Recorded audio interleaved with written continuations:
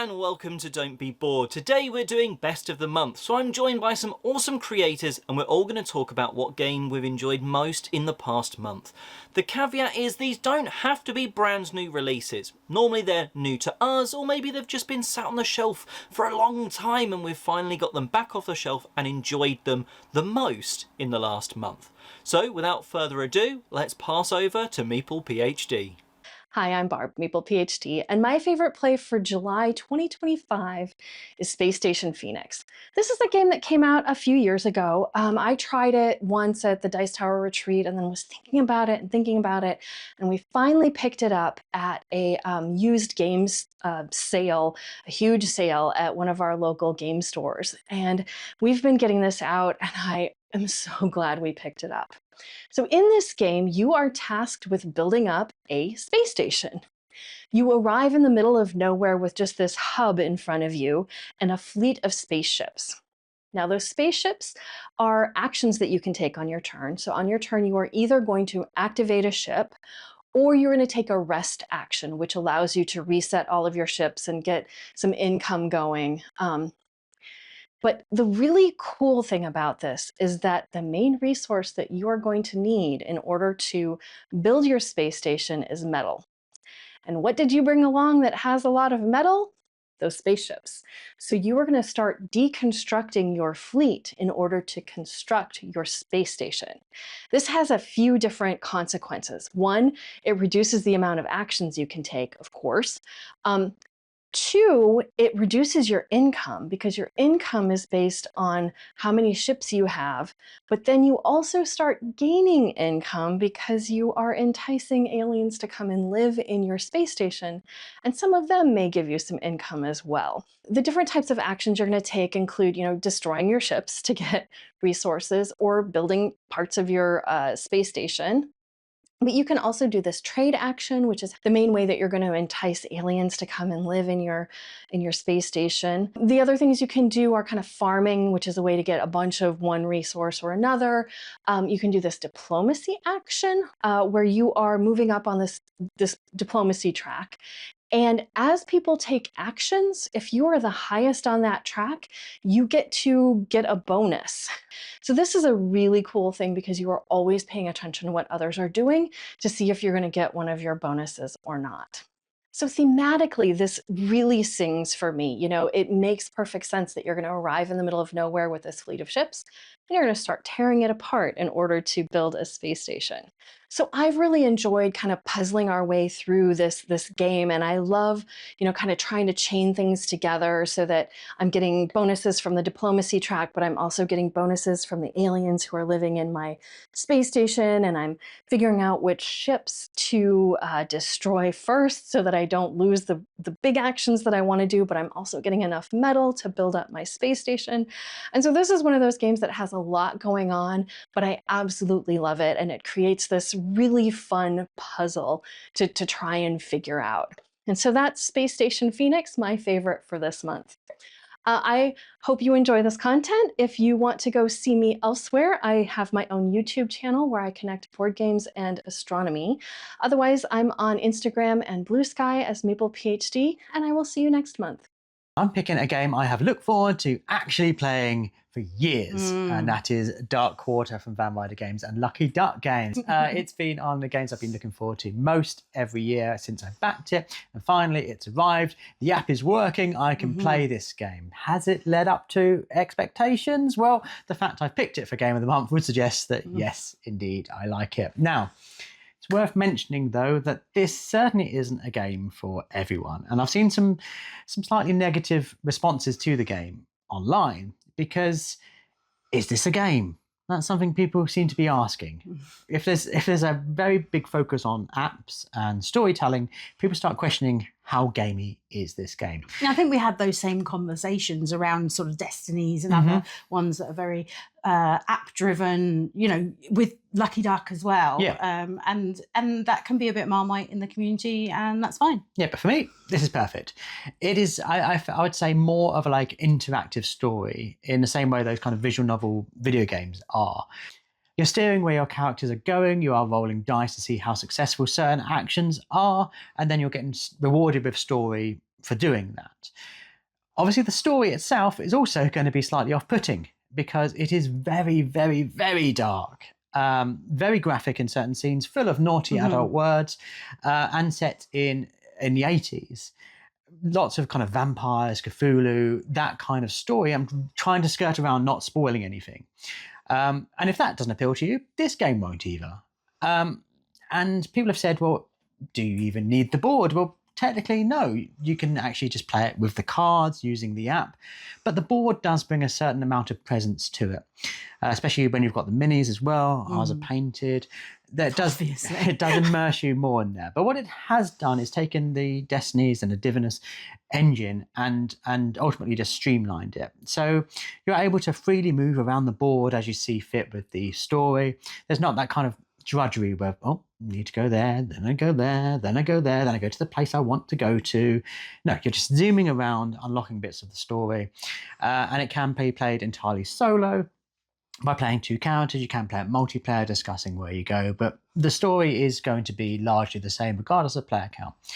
I'm playing it 2-player, and I'm about 3/4, I think, now of the way through the game. So far, it's taken me about 8 or 9 hours, I think, of playing this. I think the whole base game is going to be about 10 to 15 hours, depending on how much process you go through, how many unnecessary jaunts do you go on. And I do feel like there's still more to discover. At certain points, the game advances, and I think I could have gone there, I could have explored that, which does make me want to replay again with the characters I haven't used. And the story itself is the making or breaking of this game.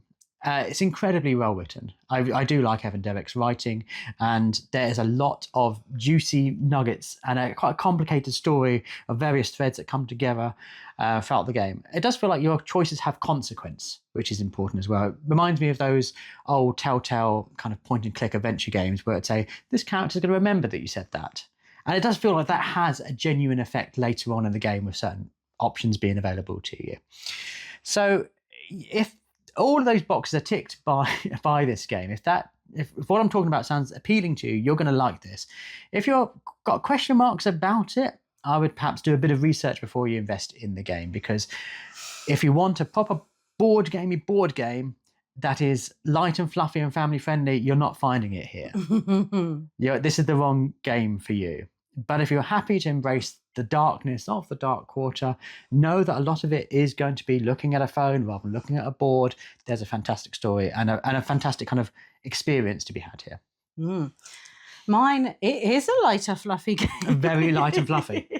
This month, we were lucky enough to meet up with some friends.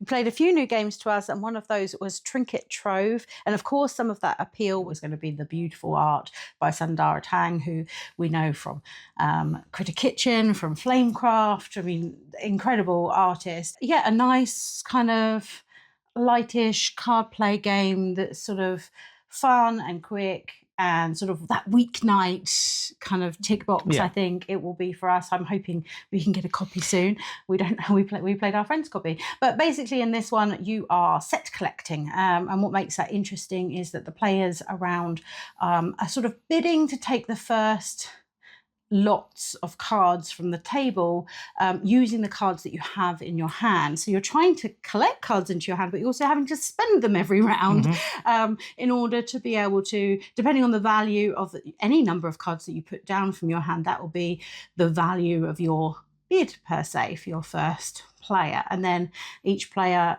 in bidding order will then get to pick up 2 sets of available cards, either something else that somebody else bid, interestingly, or of course from the sort of main draw out that came out in the main sort of river, shall we say, of cards that turn.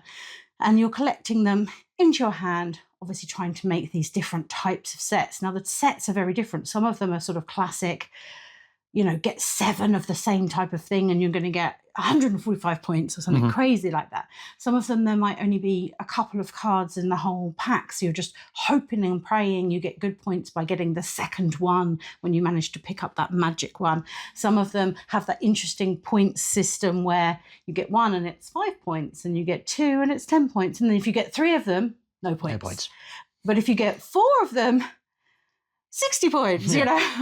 I'm just, making up the points as I go. But you get the idea, there's a lot of different types of sets that are scoring in very different ways. And trying to keep an eye on what your opponents are trying to score, oh, they've picked up another feather. Interesting.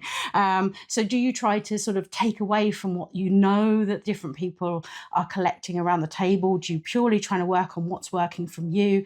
Are you picking up cards specifically to be able to ditch them again next round when it gets into that whole bidding section to be able to try and go first next time?